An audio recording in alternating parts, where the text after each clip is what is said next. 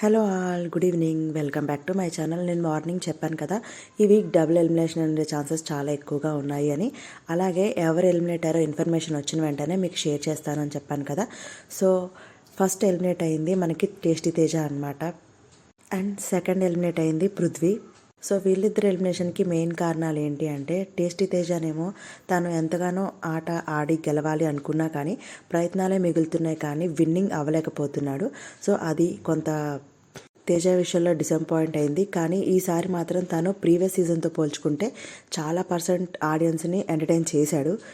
నామినేషన్స్లో కూడా చాలా పాయింట్స్ తీయడం కానీ, కరెక్ట్గా లాజిక్స్ మాట్లాడడం కానీ, క్వశ్చన్ చేయడం కానీ అన్నీ టేస్టీ తేజకి మంచి పాజిటివ్సే అయ్యాయి. అంతేకాదు తనకి ఎంతో ఇష్టమైన ఒక కోరిక కూడా నెరవేరింది.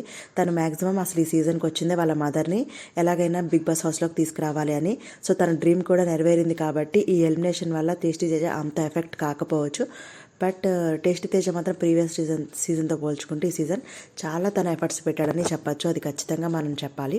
సో ఇంకా పృథ్వీ చాలా వరకు గేమ్స్ బాగానే ఆడతాడు. కానీ తనకు ఉన్న ఒక ప్రాబ్లం అగ్రెసివ్నెస్. అండ్ తను ఏం చెప్పాలనుకున్నా సరే ఎదుటి వాళ్ళని కొంచెం రెస్పెక్ట్ ఇచ్చి మాట్లాడాడు కోపం వచ్చినప్పుడు. సో ఈ విషయాన్ని మార్చుకోమని నాగార్జున సార్ చాలాసార్లు మనకు చెప్పాడు. అయినా సరే పృథ్వీ దాన్ని లెక్క చేయకుండా ఎవ్రీ నామినేషన్ రాగానే ఎవరొక్కళ్ళ మీదకి వెళ్ళిపోవటం, ఏది కొంచెం ఎవరైనా ట్రిగ్గర్ చేసినా సరే కొంచెం కూడా ఆలోచించుకోకుండా ఎందుకు ట్రిగ్గర్ చేస్తున్నారు, ఒకవేళ నన్ను బ్యాట్ చేయడానికి ట్రిగ్గర్ చేస్తున్నారేమో, నేను కప్పు గెలవాలి అనుకున్నప్పుడు ఇవన్నీ కూడా చూసుకోవాలి కదా అని ఏమాత్రం ఆలోచించడు.